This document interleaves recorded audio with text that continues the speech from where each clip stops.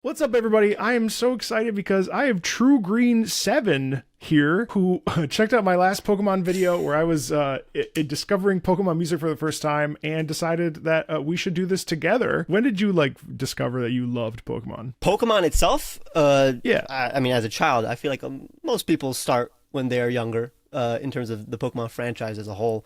Pokemon music, though, I mean, that was a whole journey. Originally, like most people as a kid, I mean, I wasn't really paying attention to the music too much. I'd say once I started listening to orchestrated versions and covers and remixes of Pokemon tracks 10 years ago, that's when I realized, wait, the melodies themselves can be turned into pretty much any genre of music. Ever since then, I literally listen to Pokemon music every single day. Really? At least every other hour I'm listening to Pokemon music. Your whole life is basically Pokemon now, huh? Yeah. And again, even outside of work and my channel, if I'm going on a walk, I'm listening to Pokemon music because it's such good background music for my life. If I'm in a forest, I'm listening to my forest playlist of forest video game music. If I'm at the mall, I'm listening to atmospheric playlists. It's very fun. Well, that's the amazing thing about it, isn't it? Is that yes, context is important, but then we can also turn and make it a life's context, which is really fun too. And then it's weird because we have this weird connection between the contextual experience of playing it and listening to it, but then also taking it and shifting it. So we're walking hand in hand with these experiences that we have. And that's what makes, I think, video game music so special. Well, I'm really excited. How many tracks do you have for me? Anywhere from 10 to 15, depending on what you count as a separate track. There were a few, themes that you listened to in the previous video that I think you needed extra context. Like you listened to a track that was part of, let's say, an entire suite. So I'm let me give you some more context, some more themes from that, melody. I picked a mixture of tracks that are popular for various reasons. And the thing is, Pokemon music is so diverse, with so many genres and even sound fonts over the years and generations. Because I mean, this is a 25+ year franchise, so it was hard to narrow it down, honestly. There are 50 more tracks that I'm personally invested in and another 50 tracks that your audience wants me to react to, but I was fine missing a lot of the iconic tracks since you're actually going to do a stream where I'll do more, where your fan suggests. So because you're going to do some fan suggested streams, I'm okay, let me just pick the ones that I think are some of the ones that I think I need to personally show you. And at the end of the day, I focus on the themes that are very, with very noticeable motifs and melodies, because melody is my personal favorite aspect of music, and that's why I love Pokemon music so much. It's incredibly melodic. Yeah. Those are the kind of themes that I picked out of all the Pokemon tracks, the melodic ones. The first one is actually probably one of the few where I picked mostly because of fan suggestions. A lot of people really want you to hear this, even though it's not the number one track I would show every person. It's just people love this track. It's a meme. But it's very good, though. This is Driftveil City from Pokemon Black and White. Actually, I do have a question about Driftveil City before we start. Not so much about Driftveil City itself, but why do you think people love Black and White so much? Black and White, when it came out, this was 2010. People hated it at the time, actually, for dumb reasons, honestly. It was one of the least popular, one of the least lowest selling Pokemon games. But then, after a few generations came out, people very much grew fond of it, and it became that Generation 5 slowly became one of the more popular generations, maybe even the most critically acclaimed one, at least generation-wise, not game. Music-wise, at least, it is one of the most complete. It is, in my opinion, the most complete soundtrack. There's so many themes in that game, because also there's Black and White and Black and White 2. Right. So there's also so many themes in Black and White 2. Music-wise, yeah, it's one of the most popular. Huh. Okay. They go hard, that track.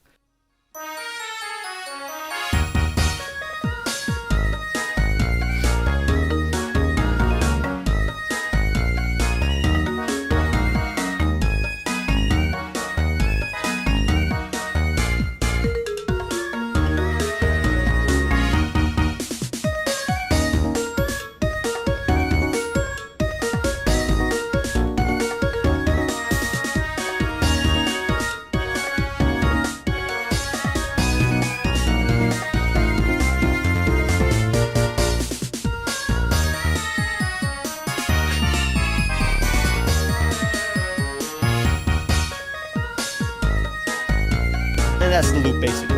Yeah.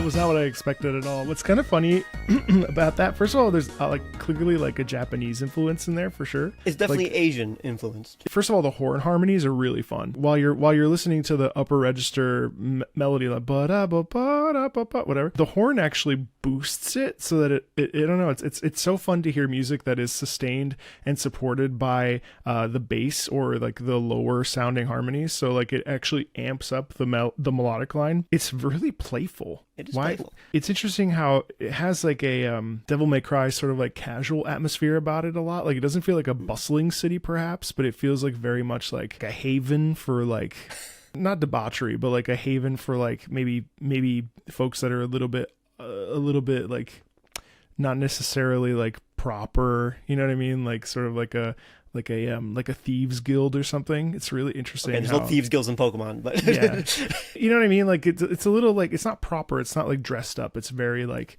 sort of loose, sort of like a little bit of machismo in there, a little bit of confidence, especially, but mostly playful. And also it was really interesting to me because the melody skips around a lot. So we have a ton of skipping, which I thought was really fun. It almost like there's like a skipping rocks or like a or rocks. like a yeah, or there's like an airy quality to it because of the way that the intervals are and the skips and stuff. First of all, what do you think about this track? And then let's talk about the context. So unfortunately, when you know the context, it's gonna influence I'm biased. I know what is going on.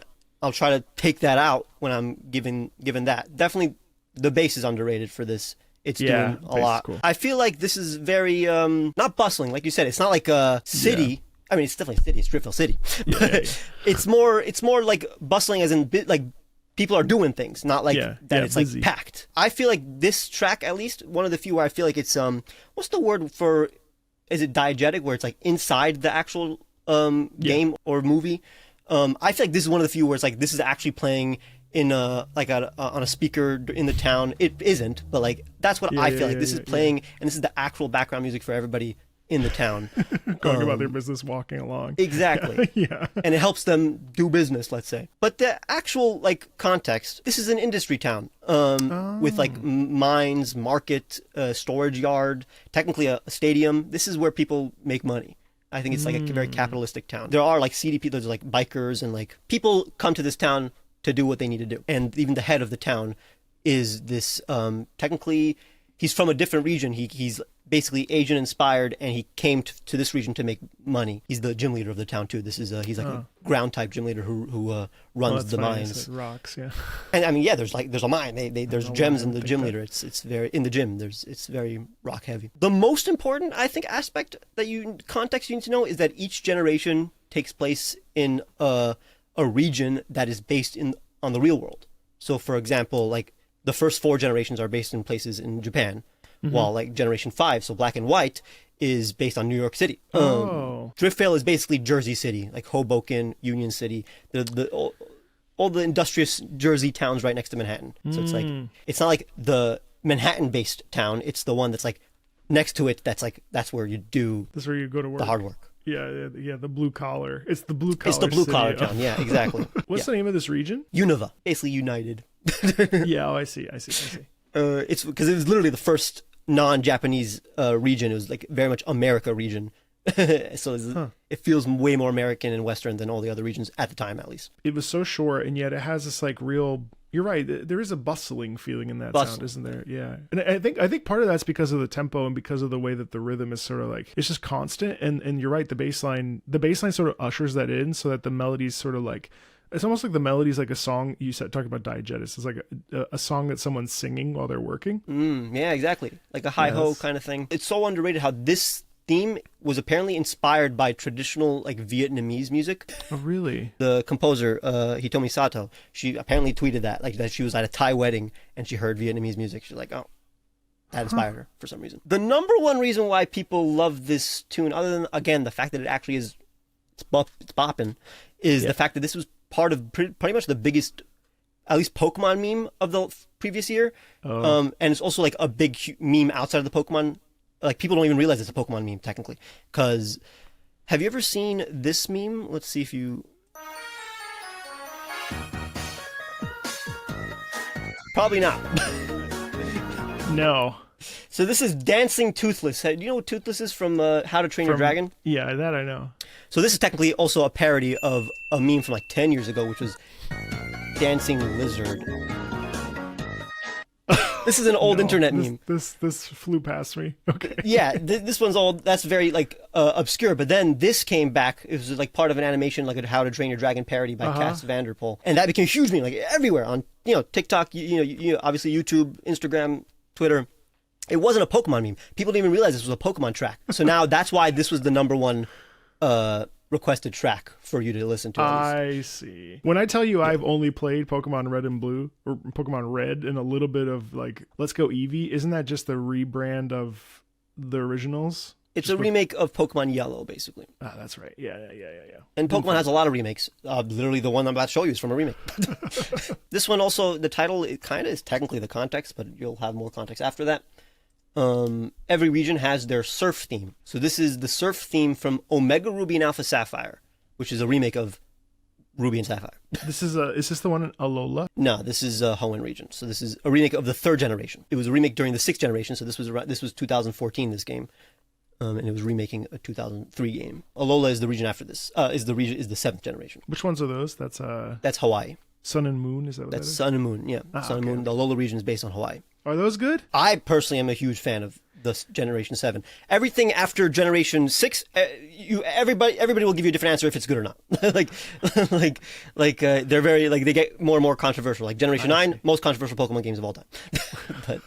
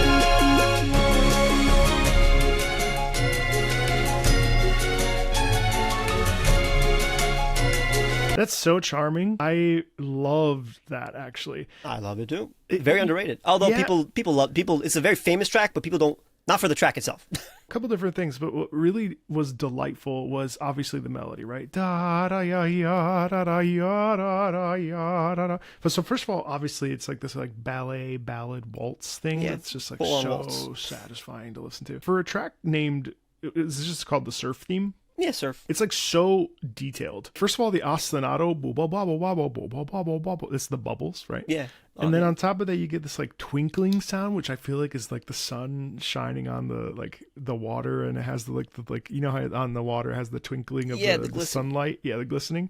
I love that. But more than anything, what I wrote was surprisingly classy. Exactly. That's really fascinating because you wouldn't think whenever you think. See, I'm not like crazy about like the cowabunga surf sound, like that like surfer, like boom, boom, boom, boom, boom. Which is odd because none of the surf themes have the surf music.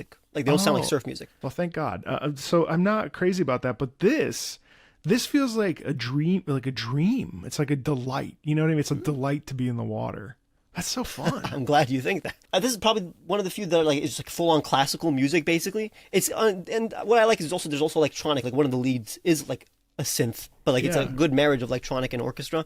It's one of the few, like, even though there's a lot of orchestra inspired tracks in Pokemon, none of them are full on orchestra. They're always like some weird genre. Like they're never a specific genre, except for rock. Sometimes they're rock. I picked this also because I think this one has one of my favorite crescendos. Everything comes at the end of the loop. Everything comes together, and it's like a very high point of the melody. You're right. There is that moment near the end where it all kind of coalesces and sort of essentially recaps itself as it thrusts into the repeat of the verse. It's sort of before the loop. that it sort of fills itself out, right? Is that what you're talking about? Yeah. Yeah. It's really, I mean, you're right. It's again, I mean, like, but it's very graceful. There's like a real like elegance in it, which is really fun because again, when you think surf, I'm not necessarily, I think I like it because it defies expectations, because what I expect is to have this surf like theme where it's fast rhythmically or whatever. But the fact that we're like floating along in the waves, like I feel like, you know, the only Pokemon I know, like you're on the back of a Lapras and you're like floating around and you're like comfortable, you know what I mean? It's like a beautiful day. But I suppose though, like if you think about it, isn't that really what Pokemon's all about anyways? Like obviously like conquering adversity, you know, training your Pokemon, but then also just like enjoying their company. It's almost like you're like enjoying the company of water Pokemon and feeling safe with them. Yeah, the Hoenn region is known for having the most water out of any region. Oh. So that's why I think this has the best surf theme, because you're going to be in the water a lot. It was actually like one of the few, like there's a whole meme, IGN, when this game came out, they gave it like a glowing review, but then they gave 7.8 out of 10, like unexpectedly. And then one of the negatives was too much water. So 7.8 too much water, 7.8 out of 10 too much water became a whole meme in the Pokemon world. And even like video game like reviewing. People hear this theme more than any other overworld theme in this game. So thank God it's really good. And Waltz is very much like associated with water in Pokemon. There's literally a town in the same game that is like a beach town that's also a waltz. It's basically. a waltz? Oh, Yeah. Interesting.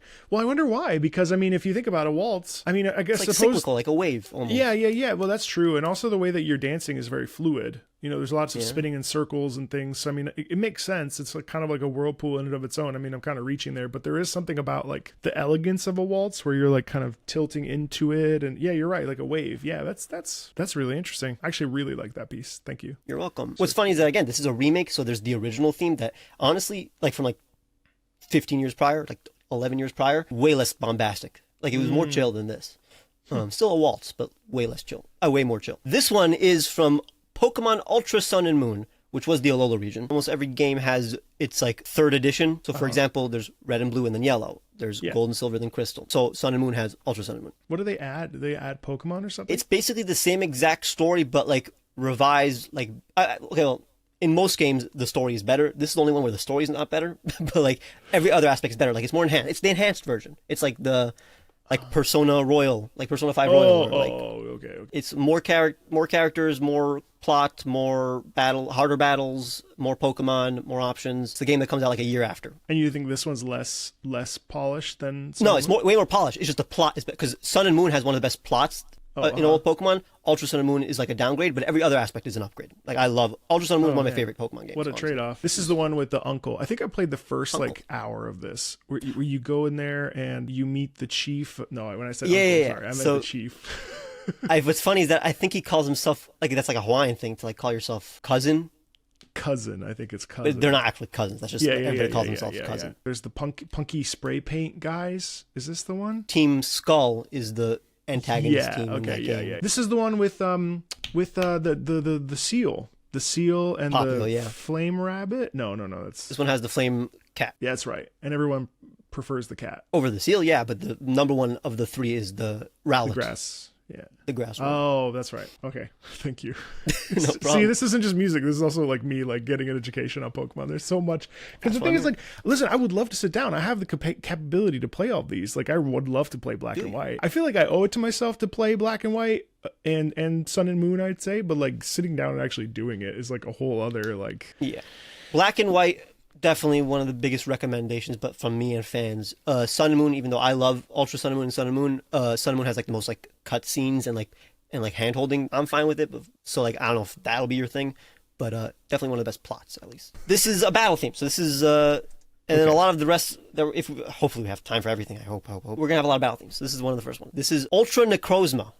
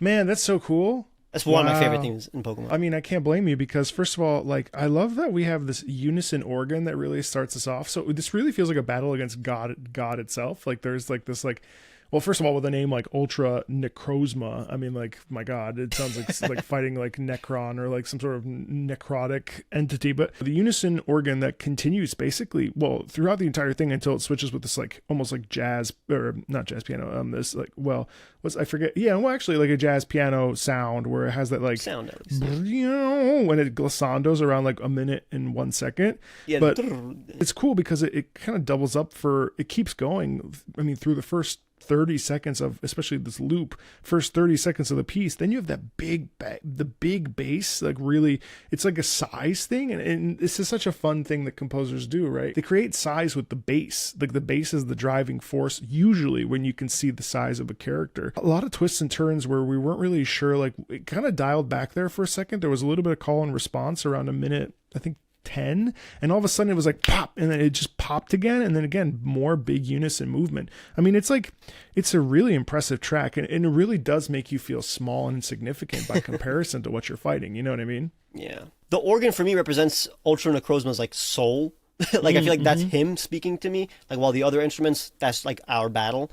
Yeah. And like especially there's like the arpeggios in the that part.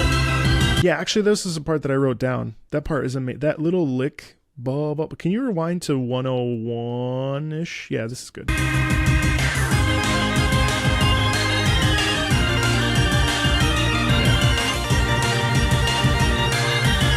then, right there. Yeah, where it goes ba ba ba da da da da. That's such like a like we can do this, or like oh my God, I'm terrified. This thing is like okay, how do I keep fighting? It's weird how like these little like musical gesture ba ba da da da. Again, it's not to say that I'm right, because I mean music, it's all variable in how we feel about it. But like that thing that happens at like a minute 10 is so satisfying because it really feels like a last ditch effort. You know what I mean? Oh, that's really good. That's really. I mean, it's a language, music, right? So it's telling you what it needs to tell you. Yeah, and then we interpret it as we like, and that's the beauty of it. I think a lot of times people get hung up on like what's right and wrong, like context, no context, and I think context is important, obviously, and certainly hearing this during a fight, a battle. When does this play? Before I continue my little the climax of the game. Yeah, so it makes sense. So you're leveled up, you're like in a position of like strength, you're probably beating the crap out of every other trainer, and then you show up to this, and it's like, you know, this kind of knocks you down a peg. This in context is probably incredible because like it really feels like your back is against the wall. Yeah. But at the same time, out of context, it's also incredibly satisfying to listen to because it like has this like urgency, and it feels like, you know, the weight of the world. Like how do I conquer this? How do I live my life as a person with this like soundtrack in the background? It's fun. So Necrozma is this pitch black crystalline Pokemon from another dimension that steals light. So it absorbs all the light in its native dimension, and now it came to our world to capture the Sun and Moon legendary Pokemon that we have befriended throughout the game. And Necrozma devours them in order to restore it to its full form, which is Ultra Necrozma. And it's this huge dragon of light. Okay? Wow. At the time of this game, so 2017, this was the hardest legendary fight of all time for everybody.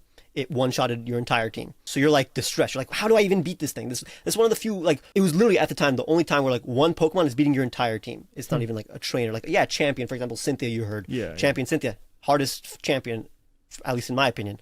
But like when it's like one Pokemon legendary beating you, it's crazy. I feel like I was able to feel its pain through the song. People like, it's not like when that organ plays in the second half, it's not just like, oh, we're beating it, but also like, oh, it's losing, or like, you know, like I feel bad for it. It just wants light to feel whole, but we're like beating it. And then like, again, like I said, the arpeggios during that part, like that's celestial to me. This guy's very associated with like celestial because he comes from a different dimension, right? So it's associated with space, and ultra space is a thing in this game. So like those arpeggios very much are stars for me. It feels like this guy is and we literally battle him in a different dimension. So it's like, so Whoa. it's very much space associated, this theme. Yeah, I know, you're right. I mean, I hear that. I really, the organ is really what stands out to me still. It's just this idea of like cosmic. It's also really interesting because so often when we hear this organ being played in video game music in general, obviously it's like about good or evil, or, you know, I mean, the thing is like we attribute organ with the church and with like, you know, goodness. True. But video games is in some operas too, video games is a place where we really lean into the idea of like organ as an evil representer. And it's interesting. Plus the way you're describing it is that you felt sorry for it. So it's almost like it's evil, but there's also like a little bit of like pity that goes into it. It's so interesting how there's multi-pronged emotions that can connect us with pieces. Yeah, like usually organ is like sinister, bad guy, villain, but this is organ for like a primal, like he's just acting out his primal urges, this guy. He has no plot or anything. Yeah, it's not like he's like trying to destroy the world, like bad intentioned. Yeah, it's just God music. That's what you said in the beginning. That's what it's supposed to sound like. That's cool. That's cool. It makes me actually want to play that much more. Let's go down. I don't want to only do battle themes in a row. This is from Brilliant Diamond and Shining Pearl, remake of Diamond and Pearl. Those are recent, aren't they? Very recent. 2022. One of the least popular Pokemon games of all time. Some people, if I were to show you a track from the Sinnoh region, which is the Diamond and Pearl region, a lot of them would prefer the original. If I showed you, like for example, Cynthia, people showed you the original. Mm-hmm. But for this one, I'm showing you the remake version, which is Route 209.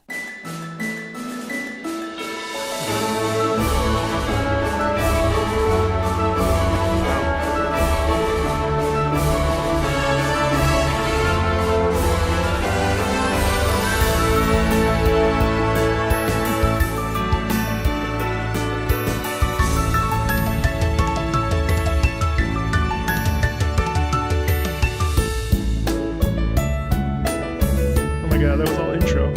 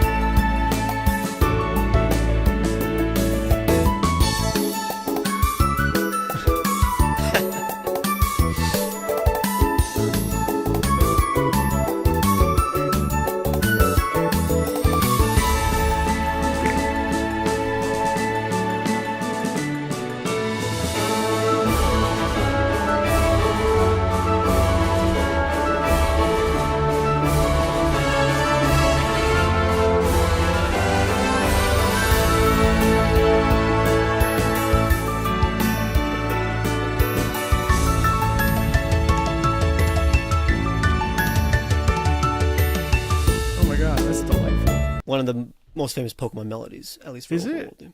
Yeah, people love that. Again, that intro is so good, and then you realize that's just the intro. It's just the intro. I mean, I have to say, like, the thing that it starts off with is this very much this like typical like marziale sort of like operatic march. Like it's not as grandiose, but it reminds me of the procession in Aida. You've heard it on a commercial somewhere. Probably. What's really awesome about that is that it starts like super orchestral, super percussive, tons of snare in there, which is really, really, I think like it really feels like you're marching off to a new beginning, right? Or a new adventure. And then that incredible segue at 16 seconds in when da da ya da da da. The piano in that was a delight. And then cool, it was cool too because then you had the flutes that act like the birds. It's like, I don't know what it is, right? But for me that's the glisten of the sun, like yeah. It feels very green. Is it green? I mean, The rhythm is really what was interesting is that there was rhythm at, can you go back to 38 really quick? Right here. That's so sneaky. It shifts. It does for a second. That keeps you on your toes. And I think that's really cool because on most routes that we're on with Pokemon, eventually we have to stop because we have to fight, you know, a random trainer in overalls. I feel like that track, it's like bright, happy, like, yeah, finally. Oh, I gotta stay on my toes though, because I just walked into the wild grass or tall grass or whatever. You know what I mean? Like that's. Well, I really liked that. It is that, weirdly packed route, at least to it, because this plays in multiple routes. Like route music plays in multiple different routes, but at least the first route that you hear this, it is a very packed like route where like it's not that big, but there's a lot of different things. There's a lot of trainers, a lot of holes. There's a river. There's some like bridges near the river. There's weirdly a grave, like a mausoleum that you go in. Okay. And it has a separate track once you go in. A lot of things to do in this, and it's like a new, like you're finally leaving a town that you've been at a long time, and you're continuing like the rest of your journey. It's like the middle of the game, basically. Yeah. It's iconic also for people compare the main melody to 21 Guns or Telephone Line from ELO. It's like da na na na na na. Yeah. Oh, I see that. Yeah. But again, we were talking about like how catchy melodies. Like, first of all, I don't think we can. Some melodies just sort of overlap. You know how many times I hear the Fire Emblem melody in not Fire Emblem games? Like a lot. Interesting. Yeah. Of course. because there's certain like combinations of sound. I mean, like it's just like again, but we're going for like brightness, and so sometimes it makes sense that ELO and there would be some sort. I doubt it's like intentional, but the little bit of similarity is like really interesting because it's like, of course, it's happy. Really, more than anything, the overriding sense of emotion there is just like pleasance, pleasant. Yeah. Pleasant, you know. And again, like you said, the rhythm really is just walking slowly. Yeah. There's a grander route themes in this game, but this one's the most like chill. I circled delightful. It was delightful. Yeah. I love that. I think that might be my favorite so far. It's one of my favorites. Really like a lot of remixes and like covers and orchestrated versions of this one are on my phone. Ooh, I could see that. So the next one, another battle theme. This is from like the surf music Omega Ruby Alpha Sapphire. This is Battle Deoxys.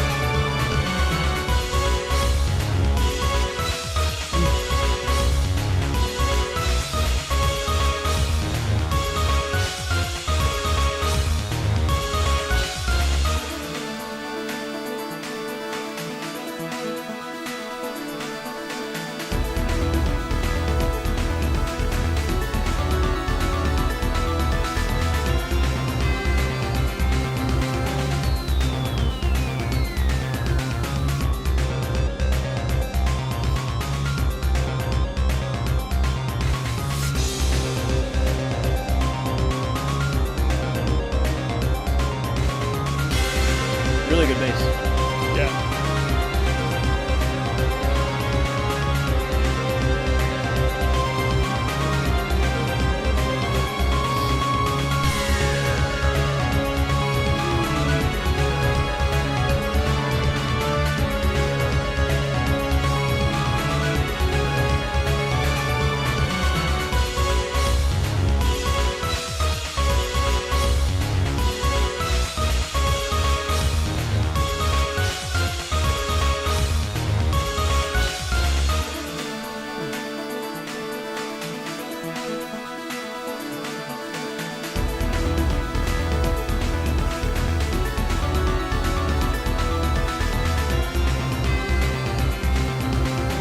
It's interesting because so much of that feels much more rhythmic than melodic. Like, yeah, we have ba ba da ba ba ba da ba ba ba. First of all, the church bells at the beginning. What a cool intro! The way that we like boom boom boom boom boom boom boom. The tempo was amazing.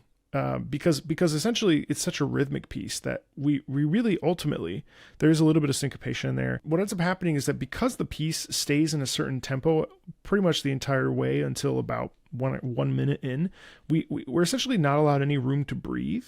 While we're also being constantly assaulted. To me, this feels like, I'm probably wrong, but like a flying Pokemon because of the way that we go boom, dropping the bombs or like being something lobbed at us or whatever.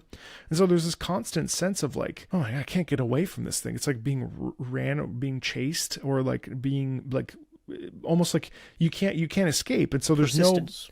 there's no feeling of being able to take a break or to catch your breath, or it really feels like the thing is bearing down on you. But then it's interesting because then at 1 minute it resets, and it's almost like it feels like it switches sides. Like for a brief minute, you see your window of opportunity there at a minute, and then never mind, and then the bass picks back up, boom, boom, boom, boom, boom, boom, boom, boom, boom, boom, boom, boom. Yeah. So Deoxys is a very famous Pokemon, I'd say, very iconic.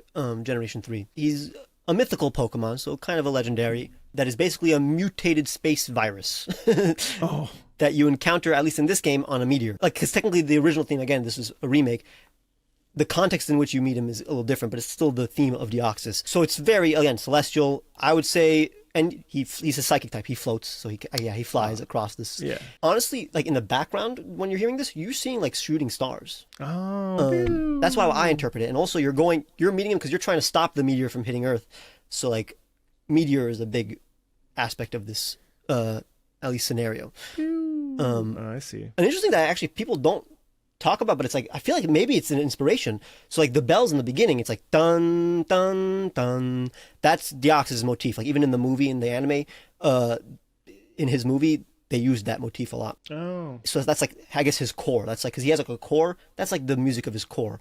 But that theme is almost, to me at least, kind of, do you know Close Encounters of the Third Kind? Oh, yeah. They have that like famous scene where it's like humans communicating with aliens, and that's through music, and I feel like that's that basically. Yeah.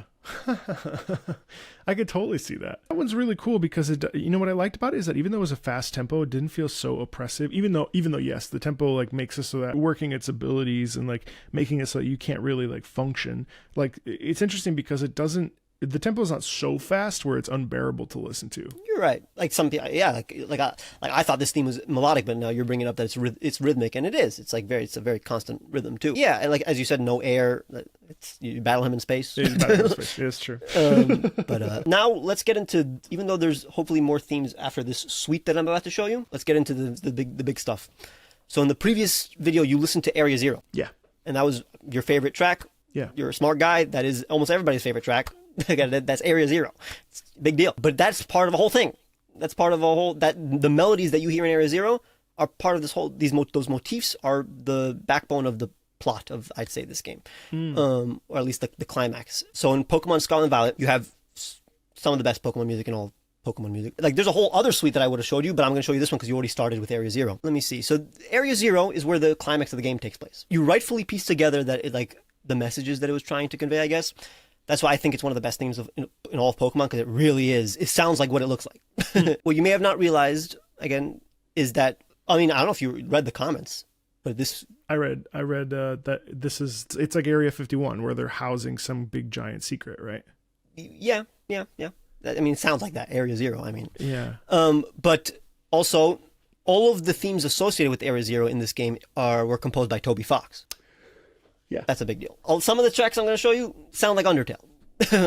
So, and that's a good thing, because, I mean, what's crazy that Toby Fox was my favorite non-Pokemon composer, and then he started becoming a Pokemon composer. Because, I mean, Game Freak knew. They're like, this guy, he's making good melodic music. He's making music that fits Pokemon. Let's have him on. So, like, he did, like, one track in Sword and Shield, and then he did, like, a bunch of tracks in this game. Area Zero is basically this huge crater in the middle of the region, and it's, like, forbidden to enter. Let's just say that this theme, that the motifs in that track appear way before it, though. I'm not going to give you the context if you want the context after, but I'll show you where you first hear basically these melodies. This one is where you hear most of these melodies first. Okay. Like in the beginning of the game, basically. Not in the beginning of the game, but like you can access this kind of stuff early on in the game, which is the Tera raid battles.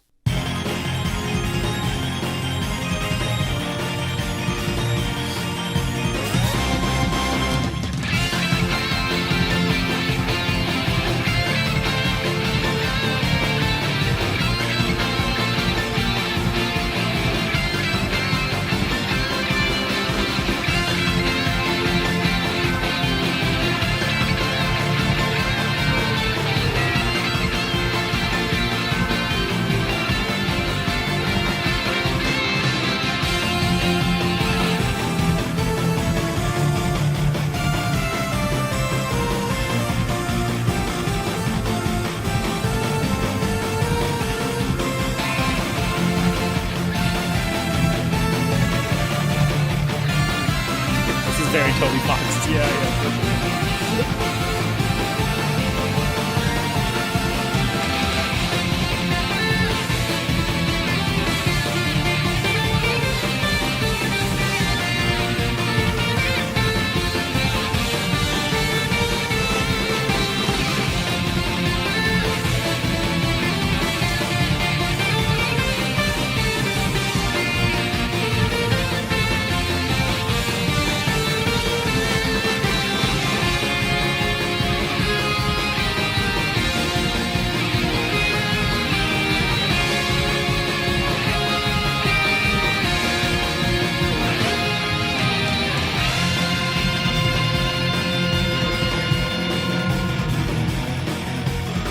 I wonder if you remember this ostinato from like Area Zero. Oh, hey, you heard it like a month ago, probably 2 months ago, maybe. Is that it? It loops. It loops. Oh man, Toby has such an amazing way of creating enthusiasm in music. Like, obviously, like the Determination. Yeah. The dynamic texture of that is delightful. Like, there's so much layering. It would take me a long time to like sit down and really isolate. It still has the same forward momentum as something like the Battle of Deoxys, right? But what's really cool is that the sheer enthusiasm. There's a joy in combat, but it's interesting because like this is really about like, come on everybody, let's gather around. We can do this together. Like there's and obviously it's a raid battle, so we're getting, I assume, more than one person involved in this process. I don't know if it's online players or whatever, but like it is. The electric guitar is astoundingly good, and then it's interesting too because it also has a little bit of like strings. But the key thing here is that there's like, it really sounds to me like there's a returning to form, or like bringing something back, or removing it from like almost like in Princess Mononoke, when you like have the tar on a character and like you pull the tar off of their face, and so then you get back to their true form. It's like a cleansing? Yeah, cleansing, yeah. And then they start to help you kind of, but there's possibility in the sound. The only time I heard danger in that entire piece was at 1:38. We're near the end of the loop. That part, yeah.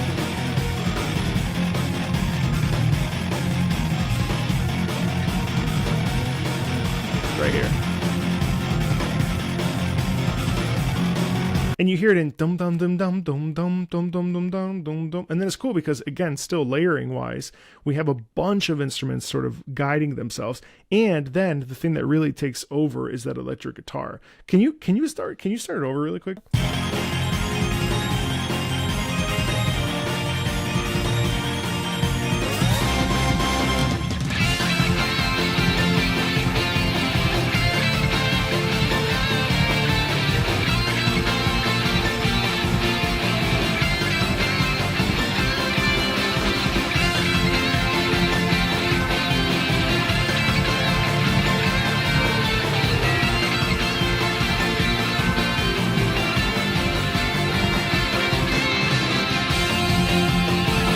That's delightful. I mean, yeah, and you're right. The twinkling is area zero. Yeah, I heard that. And then too, what's really fascinating is that underneath the bass really supports it by just ba ba ba ba ba ba ba ba ba ba ba. So what you have is you have freedom with the electric guitar, and you have like the stability of the lower bass, which is very, very common sound quality, where we have the bass supporting the chord structure above it. But really it's the melody line here that's really the star, and that's why it's so catchy, because I mean it's just like it's astounding. Really returning possibility, enthusiasm, the way forward, combat with joy. Those are the things that really stand out to me. It's like so fun. It's literal raid battle. It's you're having fun with friends. Okay, so now here's the actual context that you need. In this game, there's a gimmick called terastallization, where your Pokemon is covered in crystals, and they basically, it either boosts their own type or changes their type. Like you said, a cleansing, they're covered in something. They're literally covered in crystals, and then really? when you catch them, they're decrystallized, let's say. You know? In the game, it's not seen as like they're corrupted or anything, but it's like they're covered in something. They're different. In order to access the Tera, throughout the region, there's these mysterious like crystals just jutting out of the ground, and you like basically go into these dens, crystal dens basically, to fight these things.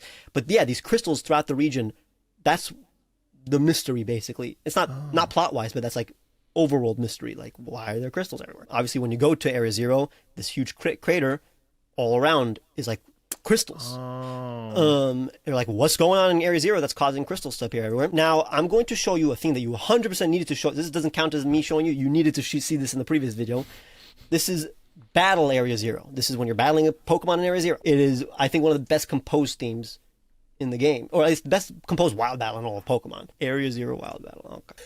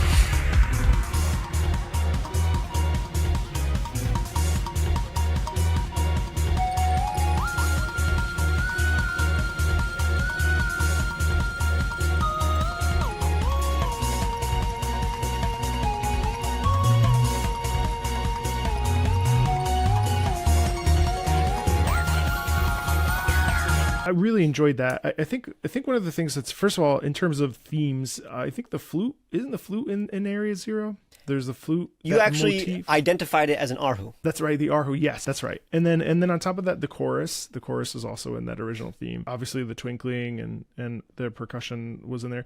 You know what I really like about this is in the beginning, it has this sort of like otherworldly, like, whoa, what is that? What is that? What are you looking at? And then on top of that, what really I think is most appealing to me about this particular piece, I like this piece too. I've actually liked everything you've brought. Like, genuinely, it's all been really good. The doubling is really tight, and what works really well there, it creates a feeling of like energy. Because when you have two things, it's like when you have two things paired close together, it almost feels like, you know, when you close a book and you have both ends of the book, like that's the way it looks. Like that's the way it sounds. It sounds doubled, obviously. It sounds more full. It also sounds like a shadow version of itself, sometimes depending on the doubling.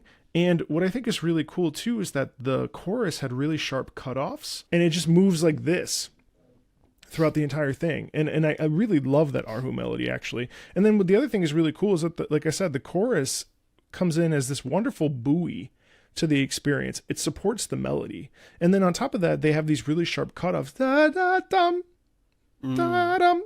And I think that's really fun too, because that's where we're getting the danger. It's just fun. I mean, these are obvious things I'm pointing out, but like, I don't know. It's also just fun to vibe with this stuff. It's so good. The lead in this one, I'd say, is closer to like a theremin. Oh, yeah, I could see that. Yeah. While yeah, you're probably right. The one in Area Zero, I was one of the few, you and me, saying that it's an Arhu. Nobody else says it's an Arhu. It definitely sounds like an Arhu. To me, it sounds like an Arhu that sounds like a theremin, but like like in the main melody.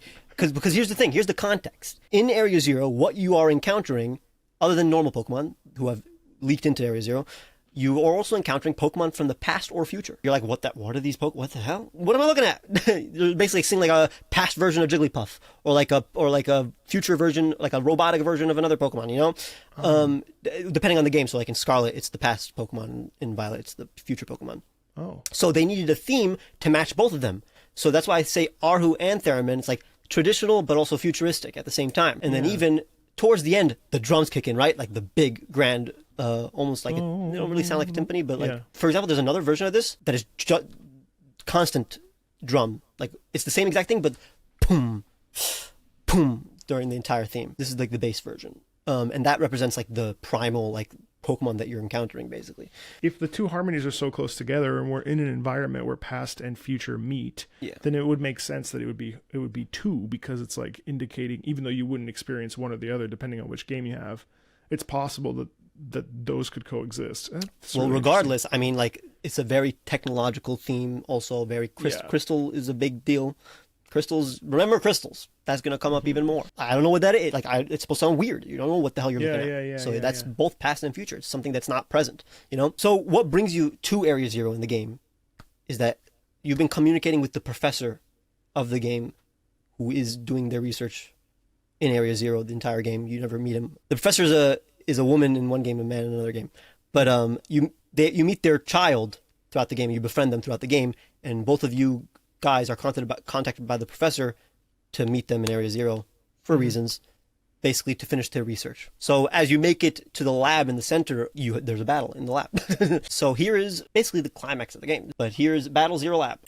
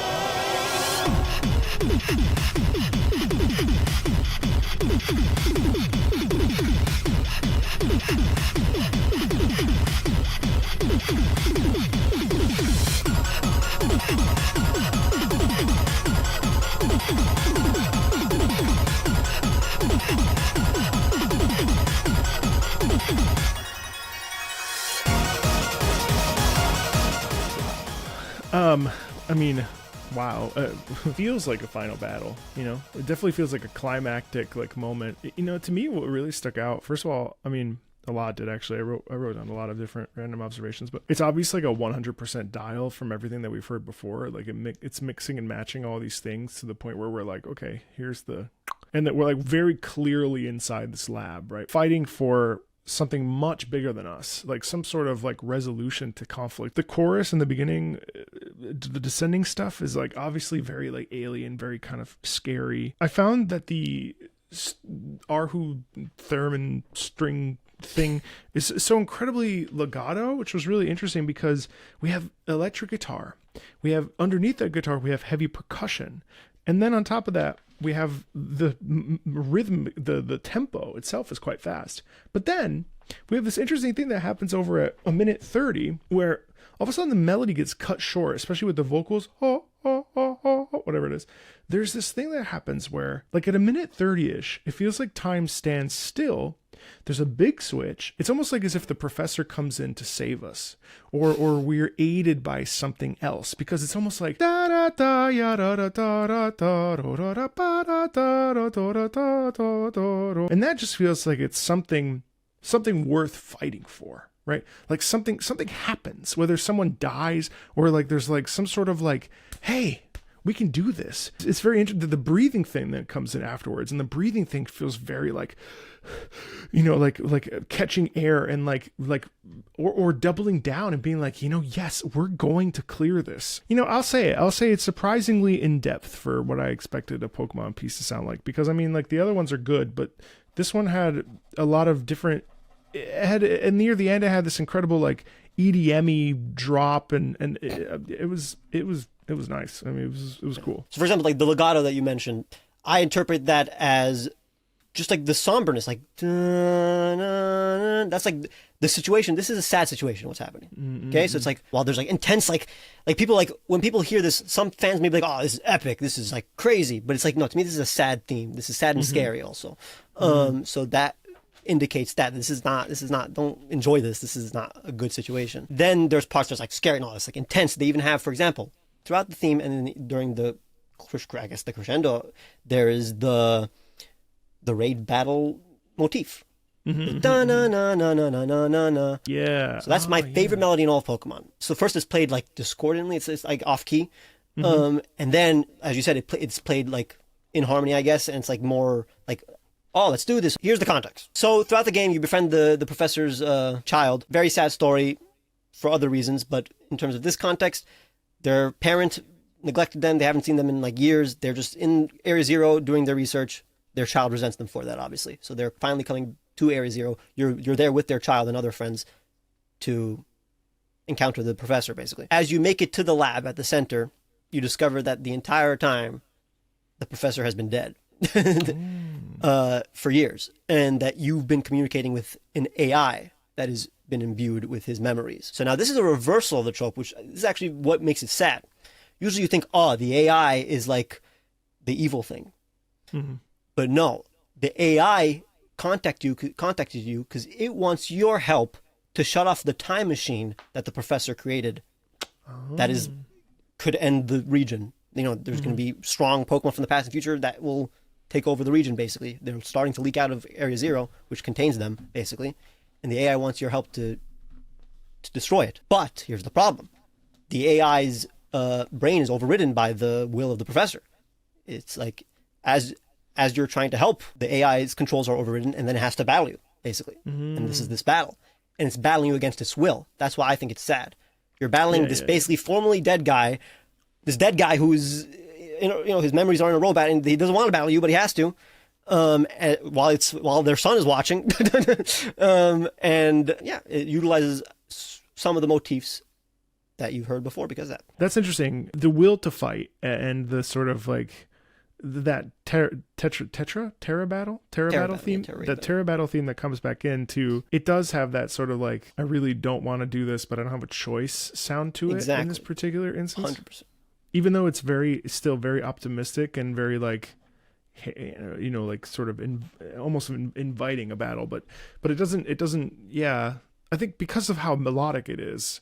It doesn't, even though it's a fast tempo, it's still da da da ya da da da da da. And if you think about it too, the way that it descends, really, that's like a big clue too. And it's almost like, no, please, no, God, I don't want to. This constant like descending thing. Now that's cool. What's that funny is actually I'm not showing you. This is technically phase 1 of the battle. Really interesting. Phase 2 has a completely different melody. Another motif that I would have to give you a lot of context of. Mm-hmm. We're not going to show you that. And it's also less popular than this one. But let's just say you take care of the stuff here at the end of the game, but then there's DLC.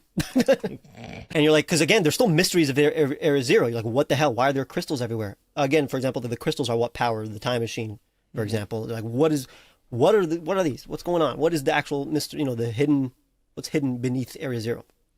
So you come back in the DLC with some people that you meet during the DLC. I'll give you context to that after. Again, another thing that fans wanted you to see in the previous video is the Area Zero Underdepths. So there's the Area Zero theme, but then there's even deeper. This again doesn't count as me suggestion because you should have heard this before, but because it's literally just Area Zero's theme, but deeper.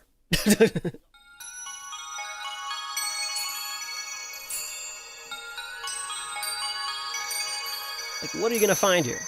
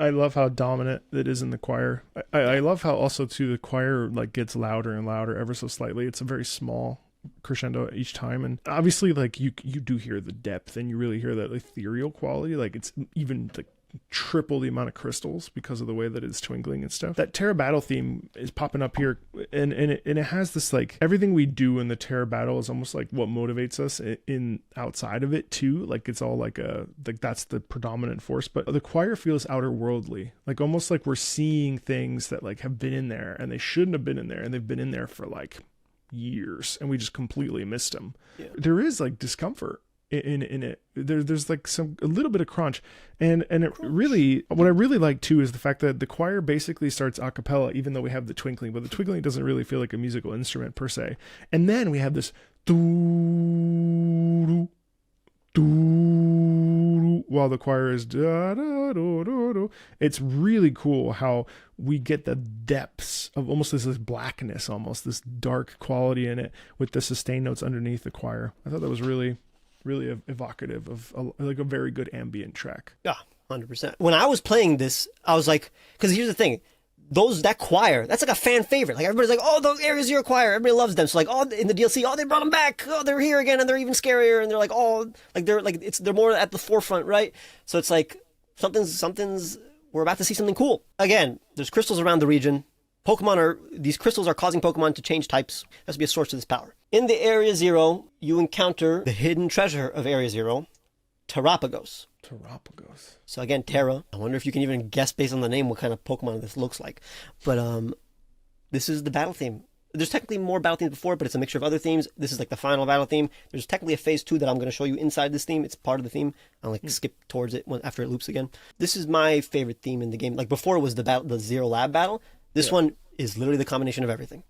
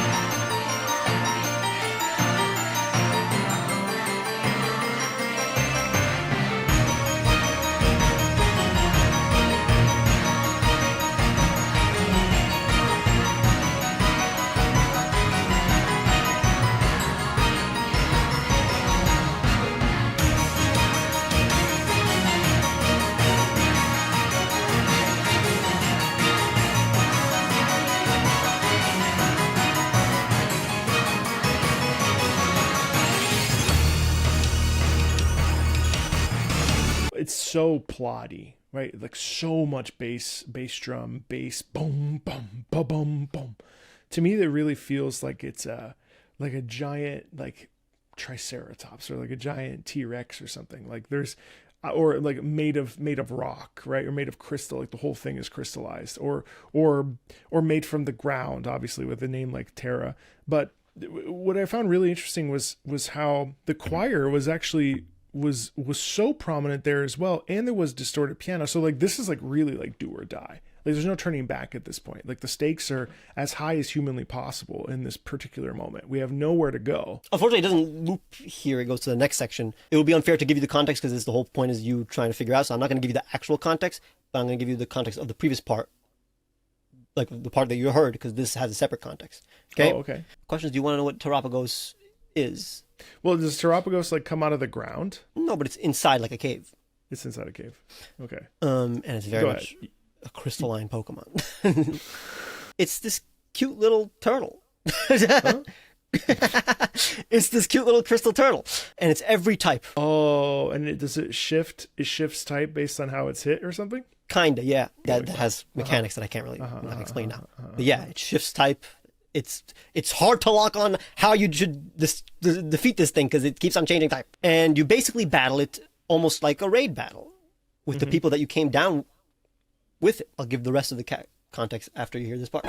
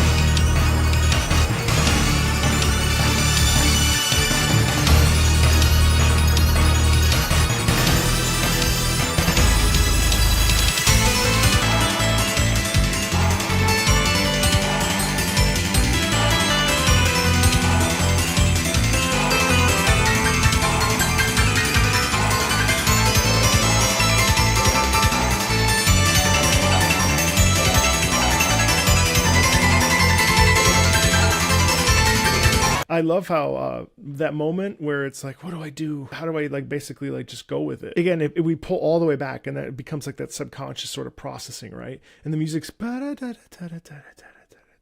then when we see Terapagos again, or when we shift back into the battle, that's my da-dum, da-dum, da-dum. Yeah. It's interesting though, because it has danger within it, but I like that it's basically like, it's for the self, you know what I mean? It's for the character. Like, okay, how do I do this? Okay, I can do this. That's fun. So it's basically like, again, this is the epic version of the Tera raid battle, right? So it's appropriate for now to have this reprieve or whatever, where this character in the game that you befriend slowly grows to resent you. Oh. And because you're basically the protagonist and you keep on beating them and they just try to get stronger and stronger. And then they originally tried to capture Terapagos in order to like have a Pokemon to beat you. Oh. And then it went berserk because of that. So now this guy who already feels powerless and also sees that like the error of his ways, like, oh, I created this berserk Terapagos now. They don't want to help you because they just feel powerless. And then that's when that phase comes in, like the happy version of him, like gaining his confidence back and being your friend again, where it's like, okay, I'll help you. And then he helps you defeat Terapagos or calm it down. That's like the emotional climax of the game. Definitely the DLC. It's crazy how there's literally, you weren't joking when you said a suite, because 1, 2, 3, 4, 5 tracks. Plus Area Zero. Plus the Area Zero that I heard. That's amazing how dense musically that is. And in each of them showcase, we didn't even listen to all of them, and each of them showcase a different emotional and actual like video game context too, which is really cool. All composed at least by Toby Fox. By Toby Fox, yeah. And you can hear it. I mean, you hear the texture, and Toby Fox's music is so textured and so like dense. You know, it's like eating like a giant piece of cake or something, because there's so much in it that like, I mean, especially, I mean, like the doubling in this is really interesting, and also just all these harmonies that are really subtle and you don't really even hear necessarily. I think it's what makes it powerful. But then on top of that, you throw in a choir and the you know, cutting things short and really like that straight voiced, almost like no vibrato, just like sort of belting quality to that. You go like kind of like a Bulgarian choir. It's very ethereal, but also very scary, but also very empowering at the same time, and it's neat. At this point, I mean, you basically, you got all the context musically and narratively for this suite, so there's no more cool. to say. It's cool to hear all that. I'll show you one more. It's not going to be as good as Battle Terapagos, but it's one of my favorite themes. It's a very popular theme. It's from a completely different game. It's from Sword and Shield. Do people like Sword and Shield? It is the second most controversial Pokemon game behind Scarlet and Violet. People love Scarlet and Violet more than Sword and Shield, but people also hate Scarlet and Violet more than Sword and Shield. While Sword and Shield is more of like a lot of people either think it's mid, or they like it, or they dislike it, but they don't hate it as much as Scarlet and Violet, but they don't love it as much as Scarlet and Violet. But why do they hate? What do they hate? Does it just do the same thing all the time? Scarlet and Violet or Sword and Shield? Both. I mean, like what's their dislike about these games if they're all sort of fundamentally the same thing? So, Game Freak has to basically release a Pokemon game basically almost every year, right? And that causes a lot of quality issues and unfinished stuff and just low polish. Scarlet and Violet, the first open world Pokemon game. It's even people who don't like it, one of the most fun Pokemon games ever. But it's literally unfinished game almost, in terms of it's very not polished, in terms of a lot of glitches, a lot of bad textures, just things that aren't finished. It's not a finished game. But if it was finished, it would be like everybody would agree. It's like this is the best Pokemon game of all time. Sword and Shield is close to that, where it's like, again, they didn't have enough time, they didn't finish it, but less because of there aren't like glitches or anything. It's just like a lot of cut content, less. It's like more of like a mid game instead of an unfinished game. At least Scarlet and Violet has a fun core, you know? Yeah. I mean, I'm just a big Pokemon fan, so I love. If you like the formula of Pokemon, you know, catching, battling, doing the main stuff, you'll love every Pokemon game because it's basically the same. So it's like Sword and Shield. If you like Pokemon, you like Sword and Shield. Scarlet and Violet, it's the Galar region is based on the UK. So this is Slumbering Weald. Does that not give you context? The question is, do you know what a Weald is? I don't know what a Weald is. It's like a forest, I guess. This is like technically part of like the first track in like another suite, but people like this independently of the entire suite. Like I don't have to show you the rest.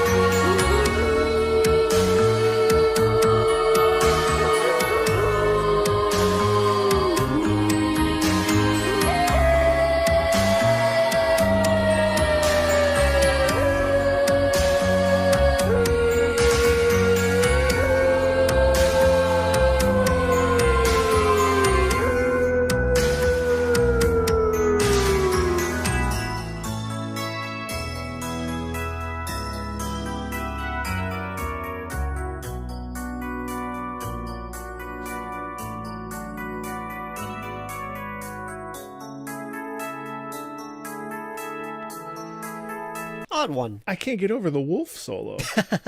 What other game has wolf solos? It's interesting because peaceful sleep, warm evening, gorgeous strings, place where dreams come true, possibility, hope, wolf solo circled. It does meander quite a bit when that wolf comes in, but then it's funny because then it's almost like it returns back from the potential danger that's in this place, and it returns back to like, well, 90% of the time this place is really peaceful, but every once in a while that's when stuff goes wrong, and that's where the wolf comes in. Also there were some wild key changes when the wolf is in there. Now I don't actually love that, like it sort of like took me out of it. Yeah, the key changes and the wolf solo itself, it kind of feels weird to me. Yeah. But overall, like it's a very like gentle, like a babbling brook, or like the reflection of the moon on the like a full moon on the grass and stuff, on the leaves. I don't know, it was really, really lovely. Just that wolf solo kind of took me out of it, if I'm honest. Yeah, it's just fun hearing what you think the context is with the wolves, I guess. It must be a battle, or it must be like some like it's not a battle. Or it's like almost like you have to interact with them, or like they hold the gates to the city or something, or to the forest, the castle of the forest. I don't know. Slumbering Weald is this like perpetually night forest. Like it's always like you go in, it's always nighttime in there. Very misty, not a lot of dangerous Pokemon. Very like fairy types, psychic types, ethereal Pokemon. But at the end of the forest is this shrine. But before you get into the shrine, that's other themes and everything. Are these slumbering legendaries? I mean, this is the cover of Pokemon Sword and Shield.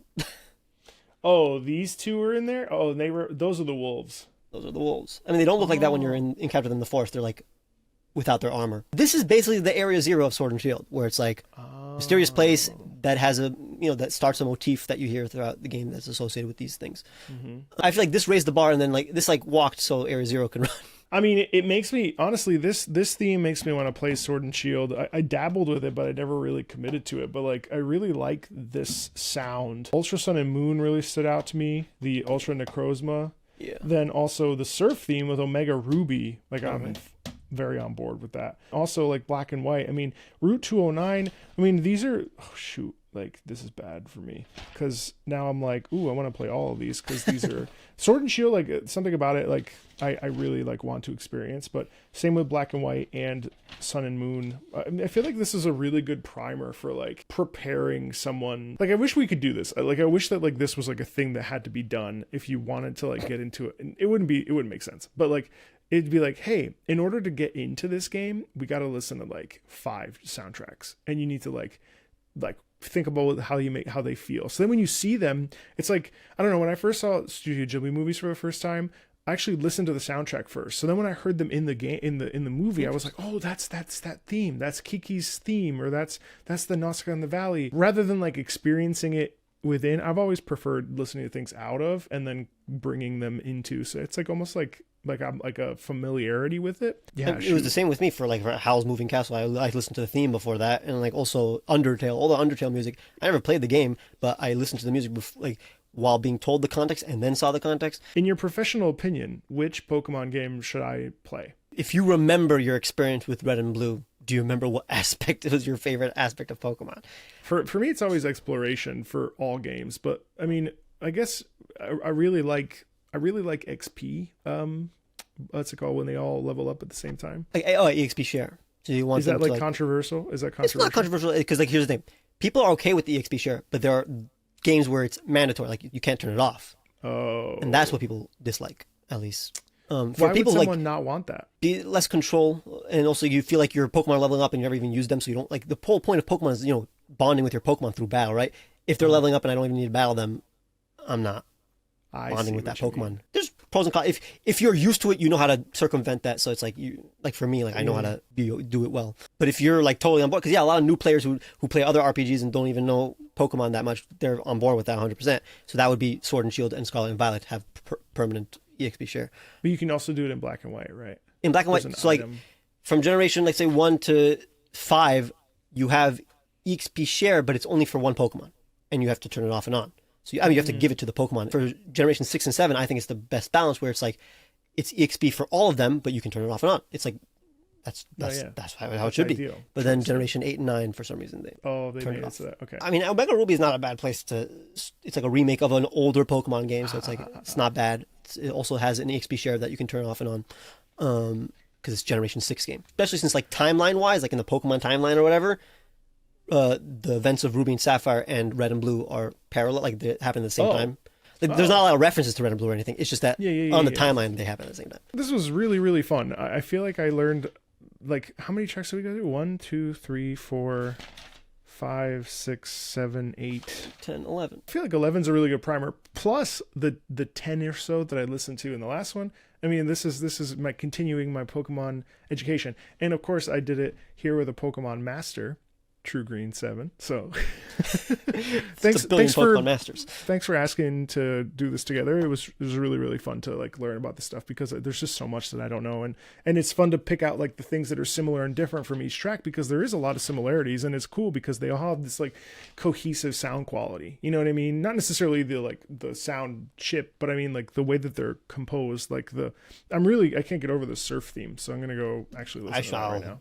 Ask for more ORAS themes, Omega Ruby Alpha Sapphire themes in the future. Yeah, that's awesome. And thank you everybody for watching this. I hope you had a great time. And thanks a ton. We'll talk to you later. Thank you.